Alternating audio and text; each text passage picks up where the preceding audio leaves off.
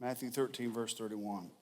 Another parable put he forth unto them, saying, the kingdom of heaven is like unto a grain of mustard seed, which a man took and sowed in his field, which indeed is the least of all seeds.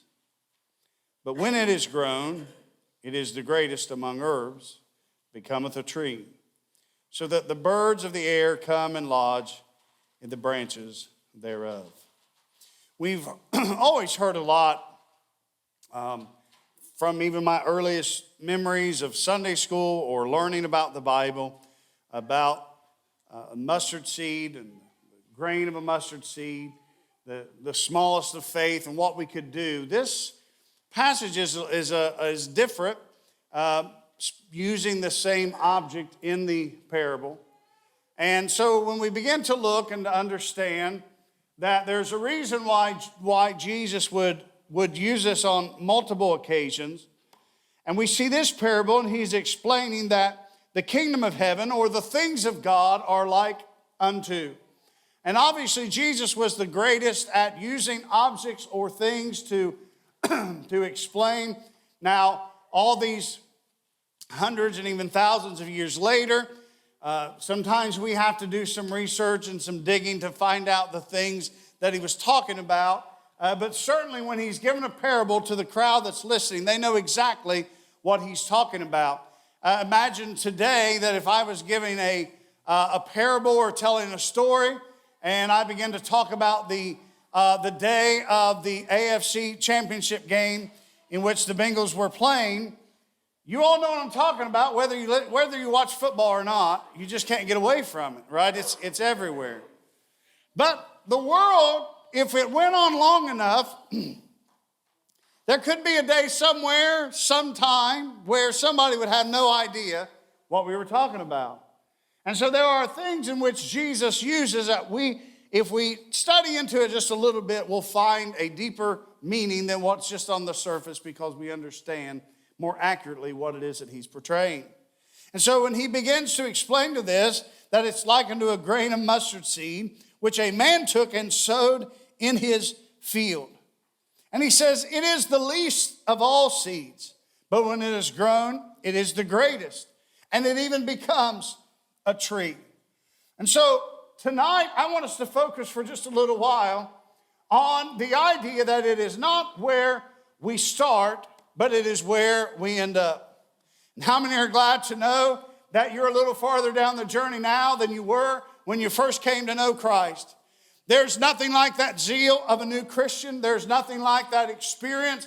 I remember when I first got saved or came back to the Lord as a young man, all I wanted to do was go to church. That was all I wanted to do. I didn't care about going to ball games. I didn't care about going to the movies. I just wanted to go to church. I wanted to go to church and I wanted to sing. And I would sing whether there was people there or if it was just me and somebody in an empty church. I'd sing there. I wanted to be around the things of God, and I wanted to be in the house of God. I was so excited to be relieved, JM, of that burden of sin that had been lifted.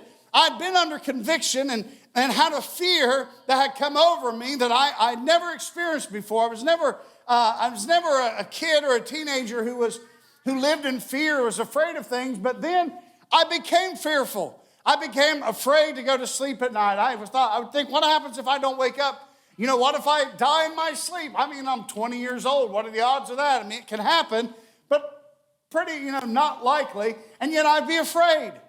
I'd be afraid, what if I get in a car accident? Why was I fearful? Because I knew I wasn't saved. And I'd heard my whole life, if I died in the condition that I was in, I was going to hell. And it began to bother me. It began to weigh on me. But when I got saved and I felt that burden lift and that fear lift, I was so happy and I just wanted to be in the house of God.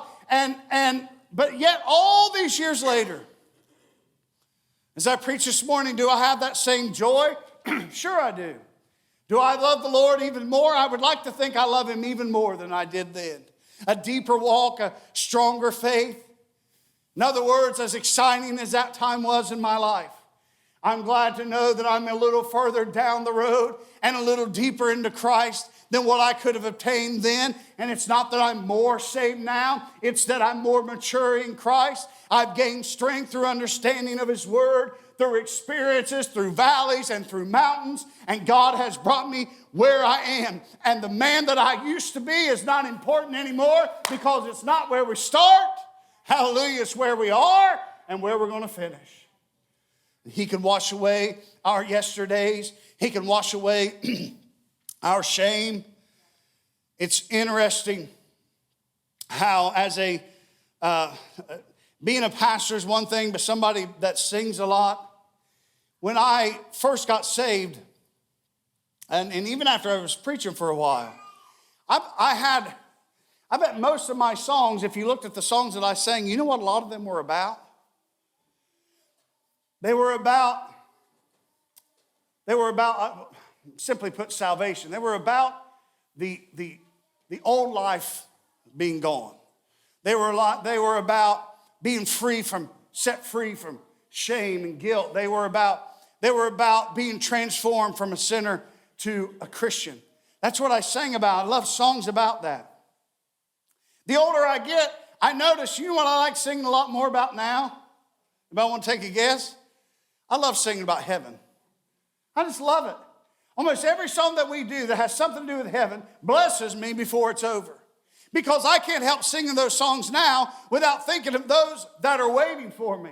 And it encourages my heart, and it strengthens my resolve to know that I've got those that are waiting on me, and that I was just like that mustard seed that was planted in a field, and that God looked down in that field and He planted me there, and I was nothing. Listen, I'm still nothing. And I'm not claiming any kind of works or strength in myself, but I was nothing but a sinner wrapped in filthy shame and filthy rags of righteousness. But He took me and He planted me in a garden.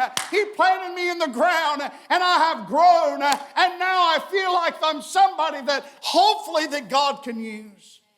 And He looks at, when you look at your life, you can look back and see that maybe at one time people would say, man, what could they ever do for the Lord? How are they ever going to make an impact for God?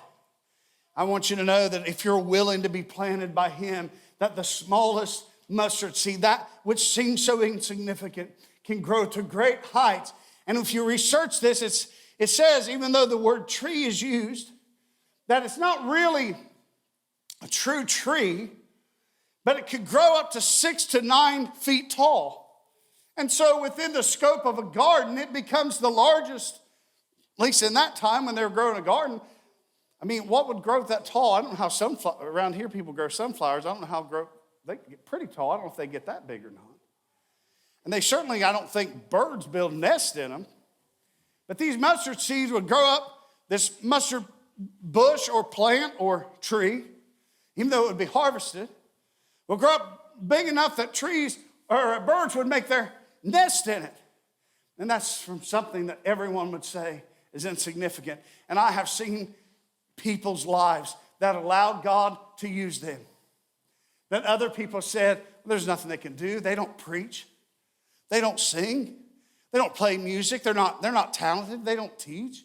They can't do this and they can't do that. But they allowed God to plant them and to raise them up into giants for God. For men and women of faith. Because, and Bethany and I have been having these conversations, well, actually, she's been having conversations. I've been listening.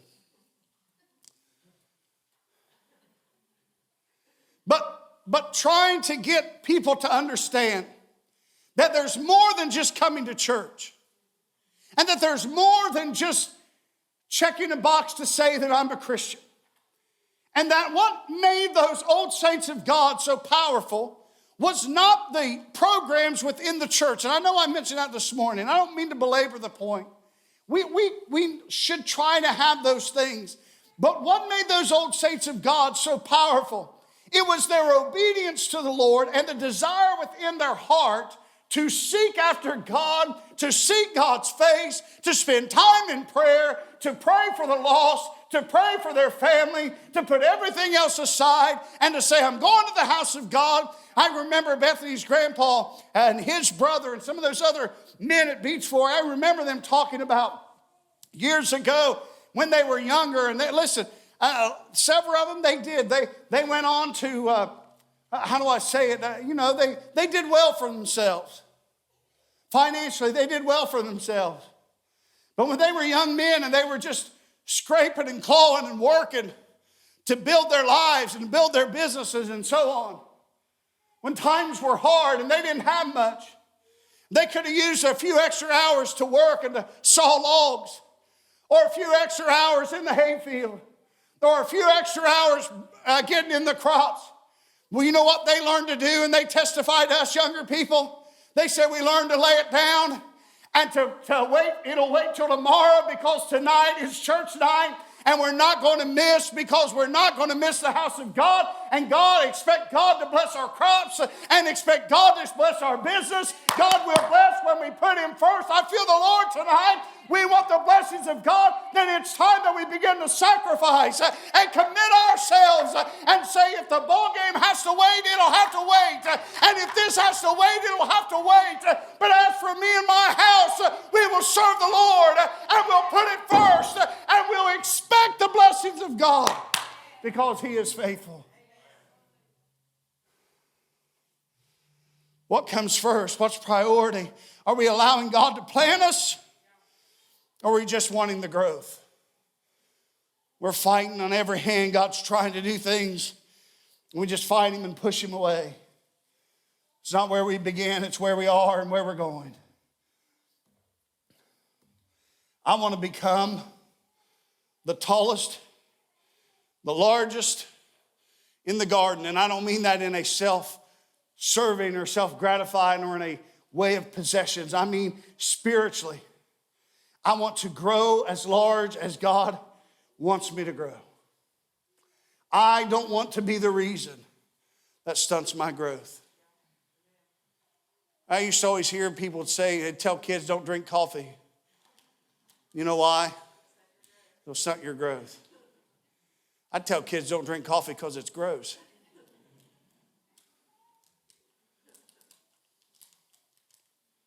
I don't know if those things are true. They tell them, don't do this, it'll stunt your growth, don't eat this. And you can laugh at it, but when I was a kid, I wanted to be tall. Because my dad was not. And growing up, people would say, oh my, you remind me of your dad, you remind me of your dad. Until I turned 7 and outgrew him. That's not true. That's not true. Actually, growing up, I was always kind of, and I wouldn't say short, but I certainly was not the tallest kid in my class. I mean, growing up, there was always kids. And then I went through that awkward phase where even the girls were taller than me. Remember that? And so I just thought, oh, I'm a wit. The wits aren't, real tall. And I thought, that's what I'm going to be. Until I was between my freshman and sophomore year in high school. And I just spent months and months. I couldn't hardly sleep. My legs ached so bad. My knees hurt. And I was growing and growing and growing. And I ended up, and then everybody said, oh, you're a McCain. You're a McCain. And then my personality showed up, and they said, you're really a McCain. God help us all. And that going through that growth and looking back at where I started and where I became, was a lot of changes, physically speaking, and what I thought I would be. This is kind of silly. Obviously a lot of us around here like sports, and so we use those as examples. And all through school growing up, I was always the point guard because I wasn't very tall. But I could handle the ball. And I knew the game, so I was the point guard. Until I grew up taller than most of the guys were playing, and they were like, okay, you can't be out here anymore. And that was the old days. Back then it was different. The point is that where I started and where I ended up and the process in between, there was a lot of surprises and a lot of things that I didn't expect. But isn't that just like our spiritual? We start off thinking we're going to be this and we're going to be that. And God's got all kinds of twists and turns, and we find ourselves one day. Sometimes it's in the negative. Sometimes it's because we've made mistakes and we've stepped out of the will of God, and we ask ourselves, why in the world am I here? But the God that we serve, even though He would never will us to sin or will us to get out of His divine will, He's the God that can take even our mistakes. So if you think of the life of Joseph, Joseph was someone who other people kept tearing him down. They kept holding, they threw him in a pit and they sold him. And he ends up, in a pit, in a palace, in a prison. It goes on and on. All the things that happened to him, they weren't his fault. God kept blessing him. You look at the life of David, and at times David seriously got out of the will of God and even sinned. And yet God took all of that because David came back and asked God to restore him. And he was broken and contrite. I serve a God that starts us out here. We're going to end up here. And as long as we're willing to come back to Him, as long as we're willing to be broken, as long as we're willing to continue to serve Him, who knows what the journey's going to be. But it's a beautiful road to take. And God is with us every step of the way. Someday we'll look back. I don't know. Not everybody gets that chance to look back upon their life. But I'm taken back to just a little bit over a year ago when my grandma was in the hospital. And we thought we were going to lose her a little sooner than we did. And they called us in down to SMC, and they had taken her over to the emergency room. One of the things, she was dehydrated. And they had decided there wasn't really anything else they could do as far as her heart and things. And she didn't want any more surgeries. And we knew there was no sense in that. She was ready to go. But those here that work in healthcare know much better than me, but I've been around visiting a lot of people. You get in that shape. When they gave her that bag of fluid, just fluid, right? It perked her up. Those of you that can remember her. And she went on and preached for about a half an hour. And everybody that came in, one by one, as the family went in, every one of them, she had another message. And I'm so thankful. I think it was Ashley my cousin Ashley, that recorded a lot of those. I didn't know she was recording. And each one would come in. Now, as it went on, she began to, her body was failing again, and that was kind of wearing off. But my point is this: she had a wonderful opportunity to say all those last things she wanted to say and to tell us to hold on. And not everybody gets that opportunity. Sickness comes in different ways. Tragedies come in different ways. Death comes in different ways. But if the Lord allows me, one of these days, I want to be looking back over my life, and I want to be able to appreciate all that God has done. And here's the frustrating part. I'm almost done. Here's the frustrating part. I'll never remember it all. Maybe over there I will. Brother Walter, I've already forgot thousands of things that God has done for me. You ever feel that way? I've already forgot so many things that God has brought me through, protected me from, done for my family. Prayers when the kids were growing up for this, or things that they were going through. And here we are.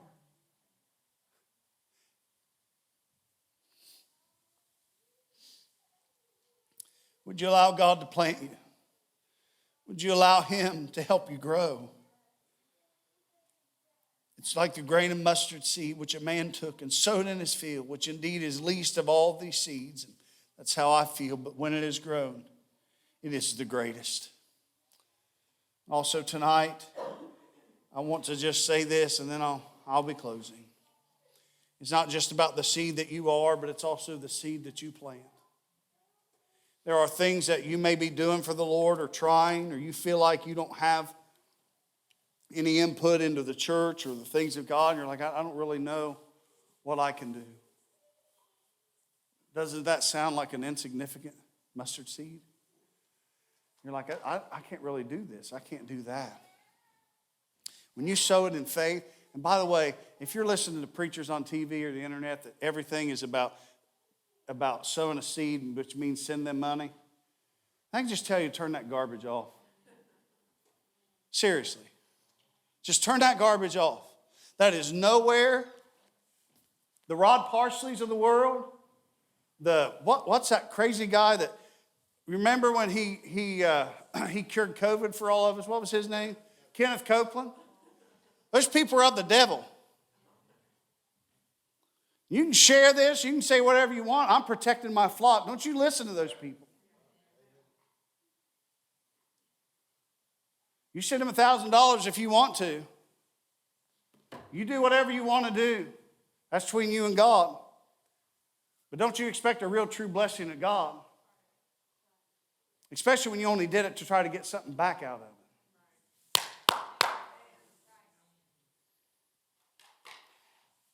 The seeds that we sow, and if they want a seed so bad, then why don't they just ask people to pray for it? Send us a seed of prayer. Oh, no. We want $100. We want 1,000. Let me tell you something. I believe in giving. You know that. I believe in tithing. I believe in blessing. I believe you give above and beyond. God will bless you above and beyond. But I want to tell you something about this church. I do not know who gives what or how much. I don't look. I don't want to know. If there's any time, anything I ever have to handle any of that, I do not want to look, see, or anything else. Because that's between you and God. It's got nothing to do with me. I'm not going to try to give you promises on giving or anything. I feel, a lot of times I get here and I regret what I said. I don't regret that a bit. I'm protecting you. I'm protecting you.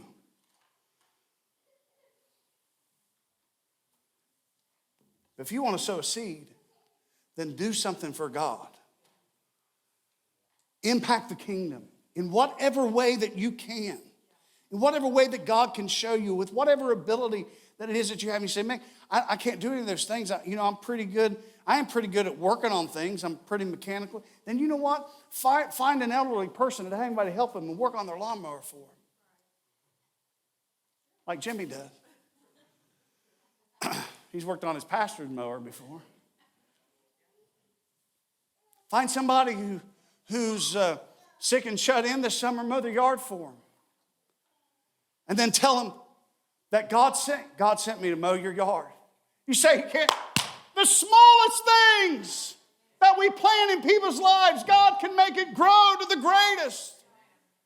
Look for those things that we can plant in people's lives and watch what God does for us.